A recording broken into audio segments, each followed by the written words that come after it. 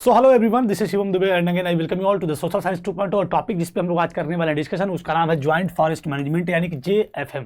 Topic क्या है, इसके सब एस्पेक्ट को बड़े ही छोटे इस सेशन में हम लोग डिस्कस करने वाले हैं, जानने वाले हैं, देखने वाले हैं। बात करें JFM की तो हमको ये समझना है कि ज्वाइंट फॉरेस्ट मैनेजमेंट क्या है। नाम से स्पष्ट है ज्वाइंट। इसकी पहले हमने पढ़ा था कम्युनिटी एंड कंजर्वेशन, जो टॉपिक हमने पढ़ा था कम्युनिटी एंड कंजर्वेशन, जिसमें हमने देखा था कि भारत के कॉन्टेक्स्ट में तमाम जो कम्युनिटीज हैं बड़ा ही अहम रोल अदा करती हैं किसमें, कंजर्वेशन में, किसके, forest and wild life resource के। जिसमें कि हमने देखा था कि जो चाहे वो सरिस्का टाइगर रिजर्व हो राजस्थान में, जहाँ के विलेजर्स ने उसको प्रोटेक्ट किया, चाहे वो आपका अलवर डिस्ट्रिक्ट ऑफ राजस्थान हो, जहाँ की 5 गाँव के लोगों ने मिलकर भैरवदेव डाकौर सेंचुरी डिक्लेयर किया।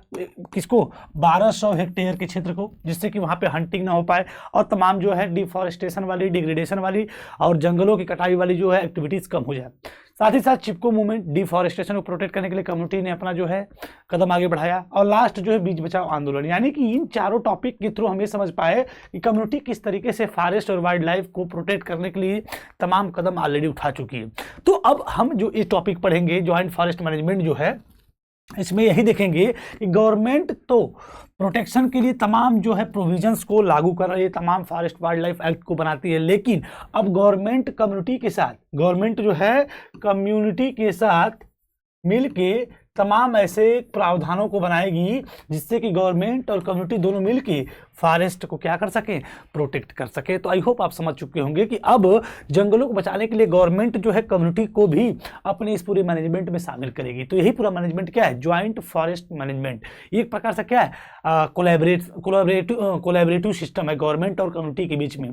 कम्युनिटी और गवर्नमेंट के बीच में क्या है, एक कोलैबोरेटिव सिस्टम है जिसके थ्रू जंगल को बचाने के लिए गवर्नमेंट जो है कम्युनिटीज़ को विलेज लेवल पे जो भी जनजातियां उनको भी शामिल करेगी, जिसके साथ वो मिल के तमाम प्रोटेक्टिव मेजर्स को अडोप्ट करेगी और जंगलों को बचाएगी।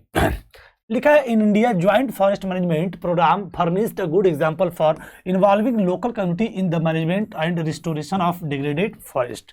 जो डिग्रेडेड फॉरेस्ट है उनका रिस्टोरेशन करने के लिए, उनका जो है मैनेजमेंट करने के लिए क्या कर रही है, एक अच्छा एग्जांपल है क्या, ज्वाइंट फॉरेस्ट मैनेजमेंट कि वो लोकल कम्युनिटीज को क्या कर रही है, इन्वॉल्व करती है। यानी कि ज्वाइंट फॉरेस्ट मैनेजमेंट वो प्रोग्राम है जिस प्रोग्राम के थ्रू गवर्नमेंट जो है लोकल कम्युनिटीज को इसके जो डिग्रेडेड फॉरेस्ट है उनकी मैनेजमेंट और इसके रिस्टोरेशन के लिए एक प्रकार से वहाँ की लोकल कम्युनिटीज को इन्वॉल्व करती है, शामिल करती है, जिसके साथ वो मिलके उस डिग्रेडेड फॉरेस्ट को मैनेज करते हैं, उस डिग्रेडेड फॉरेस्ट को रिस्टोर करते हैं, उसको मेंटेन करते हैं। यानी कि ज्वाइंट फॉरेस्ट मैनेजमेंट एक अच्छा एग्जांपल है इंडिया के पर्सपेक्टिव में, जिसमें कि जो गवर्नमेंट है वहाँ की यानी जंगलों के आसपास रहने वाली जो लोकल कम्युनिटीज है उसके साथ मिलकर क्या करेगी, रिस्टोरेशन और मैनेजमेंट करेगी डिग्रेडेड फॉरेस्ट का।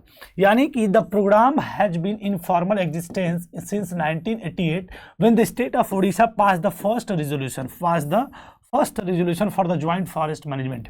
और ये कब से सक्रिय है, मतलब कि ज्वाइंट फॉरेस्ट मैनेजमेंट कब से जो है एक्टिव मोड में है, तो वो 1988 से है, जब उड़ीसा की गवर्नमेंट ने आपका एक पहला जो रेजोल्यूशन पास किया था। उड़ीसा की यानी स्टेट ऑफ उड़ीसा की जो गवर्नमेंट थी उसने पहला रेजोल्यूशन पास किया किसका, ज्वाइंट फॉरेस्ट मैनेजमेंट का। वहीं से इसका जो है फॉर्मल एग्जिस्टेंस हमें यानी 1988 से देखने को मिलता है। यानी कब से चल रहा है, तो ये जो ज्वाइंट फॉरेस्ट मैनेजमेंट है ये आपका 1988 से सक्रिय फॉर्म में देखने को मिलता है।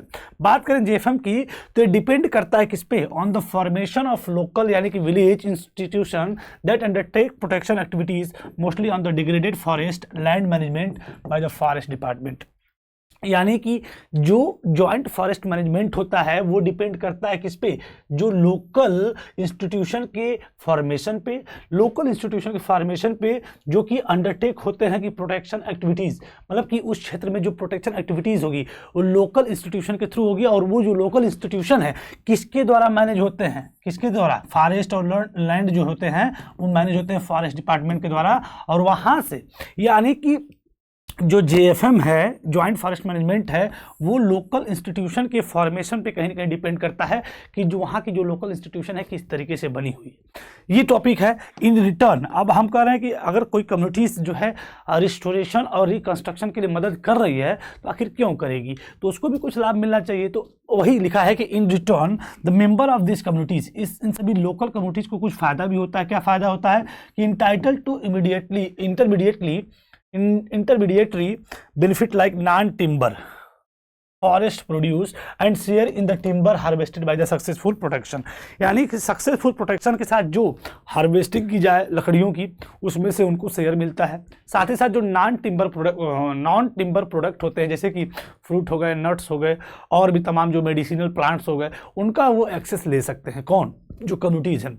मतलब गवर्नमेंट ने क्या कहा कि कम्युनिटीज़ आप हमारे साथ मिलेंगी और इस पूरे फॉरेस्ट मैनेजमेंट सिस्टम को मैनेज करेंगी, रिकंस्ट्रक्ट करेंगी, आप इसको रिस्टोर करवाएंगे, डिग्रेडेड फॉरेस्ट को मैनेज कराएंगे, किसी भी प्रकार की फायर से, किसी प्रकार की लॉगिंग से, किसी भी प्रकार के जो है डिफॉरेस्टेशन से, और इसके एवज में हम आपको नॉन टिम्बर प्रोडक्ट आपसे शेयर करेंगे। आप जैसे फ्रूट्स हो गए, आपके नट्स हो गए, आपके जो है और भी मेडिसिनल प्लांट्स हो गए, इन सभी का शेयर आपको मिल सकता है और अब जंगल में आप आ जा सकते हैं, कोई दिक्कत नहीं।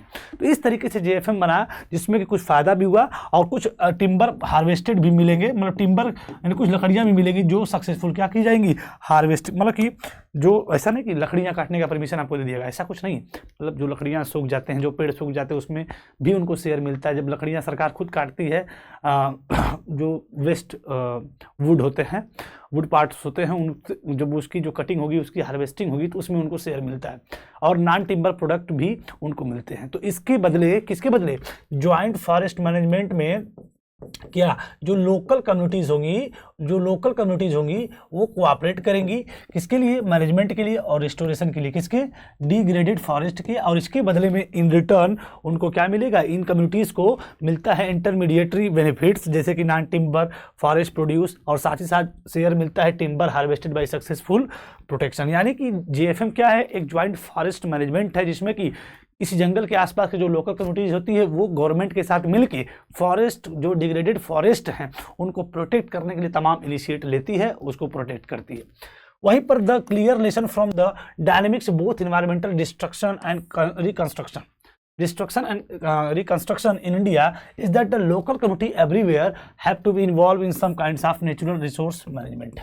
देखिए बड़ा अच्छा स्टेटमेंट लिखा है कि जो आपका बोल सकते हैं इन्वायरमेंटल जो डिस्ट्रक्शन है, जो पर्यावरणीय विनाश है, और इन्वायरमेंटल जो रिकंस्ट्रक्शन है और पुनर्निर्माण है, यानी निर्माण और विनाश दोनों चीज़ें कहीं ना कहीं डिपेंड करती है किस पे?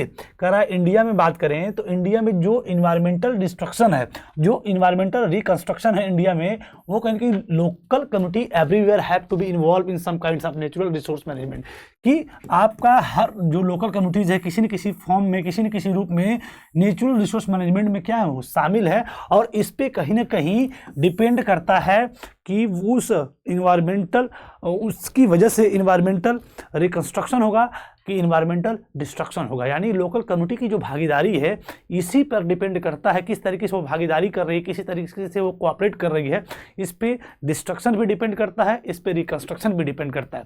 देखिए लोगों को क्यों शामिल किया गया, क्योंकि हमने एक टॉपिक चैप्टर पढ़ा था फेडरलिज्म, और फेडरलिज्म में हमने पढ़ा था कि जो आपकी पावर का डिसेंट्रलाइजेशन किया गया था।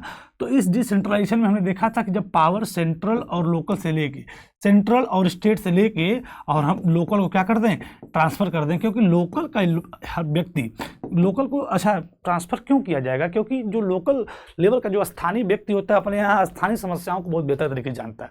तो इसी फार्मूले पे लगभग ये जो ज्वाइंट फॉरेस्ट मैनेजमेंट में भी सोचने का प्रयास किया गया गवर्नमेंट के द्वारा, कि गवर्नमेंट ये सोचती है कि अगर हमको लोकल लेवल बहुत बेहतर मैनेज करना है तो लोकल कम्युनिटीज़ को इन्वॉल्व करना पड़ेगा। और अगर लोकल कम्युनिटी इन्वॉल्व है नेचुरल फॉरेस्ट मैनेजमेंट में, नेचुरल रिसोर्स मैनेजमेंट में, तो कहीं ना कहीं इसी पर डिपेंड करता है कि इन्वायरमेंटल डिस्ट्रक्शन होगा कि इन्वायरमेंटल रिकंस्ट्रक्शन होगा। So but there is still a long way to go before local communities are at the centre stage in decision making. लेकिन फिर भी लोकल कम्युनिटी शामिल है, लेकिन फिर भी डिसीजन मेकिंग में उनको एक अहम भूमिका बनने के लिए, डिसीजन मेकिंग में लंबा काम करने के लिए अभी भी लंबी यात्रा उनको तय करनी है, इतना अभी उनको अहम रोल नहीं मिला है। एक्सेप्ट ओनली दोज इकोनॉमिक और developmental activities that are people centric, environment friendly and economically rewarding.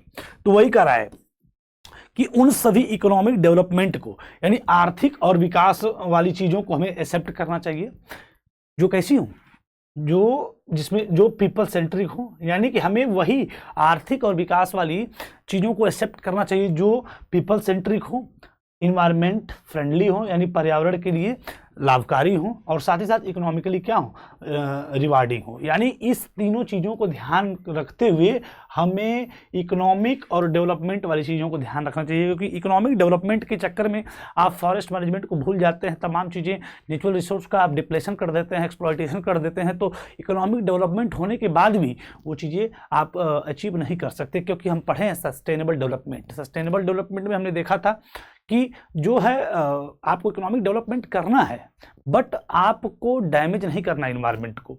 अगर इन्वायरमेंट को डैमेज करके आप डेवलपमेंट करते हैं, देन वो डेवलपमेंट कहीं ना कहीं प्रकृति फिर से इसको जो है इक्वल कर देती है और फिर कोई फायदा नहीं होता है। तो वही चीज़ कह रहा है कि जो डेवलपमेंट इकोनॉमिक या फिर डेवलपमेंटल जो एक्टिविटीज़ हैं उसको करते समय इस बात को ध्यान रखना चाहिए कि वो पीपल सेंट्रिक हो, इन्वायरमेंट फ्रेंडली हो और इकोनॉमिकली क्या हो, रिवार्डिंग हो। तो आई होप आप जो है JFM वाले टॉपिक को समझ पाए होंगे। इसका मोटा का मामला ये है कि जब गवर्नमेंट जो है कम्युनिटी के साथ मिलके फॉरेस्ट मैनेजमेंट जैसे सिस्टम को जो है क्या करे, अंजाम दे, तो वही आपका ज्वाइंट फॉरेस्ट मैनेजमेंट होता है। यानी कि गवर्नमेंट और प्लस कम्युनिटी दोनों मिलके फॉरेस्ट मैनेजमेंट जैसी चीज़ों को रिस्टोरेशन जैसी चीज़ों को क्या करें, मैनेज करें। तो आई होप आप समझ पाए होंगे। इसके बाद हम लास्ट टॉपिक देखेंगे सेक्रेड ग्रुप्स, जिसमें कि सभी प्रकार के छोटे छोटे एस्पेक्ट को हम लोग देखते हुए इस पूरे चैप्टर को फाइनली आज खत्म कर लेंगे। इसके बाद हम इस चैप्टर का लेंगे कंप्लीट फुल चैप्टर क्या बोल सकते हैं एक्सप्लेनेशन। इसके बाद जो है हम लोग नेक्स्ट सेशन में क्या पढ़ें इसको आप कमेंट सेक्शन में बताएं। Thank you everyone. पढ़ते रहिए, मस्त रहिए। Thank you.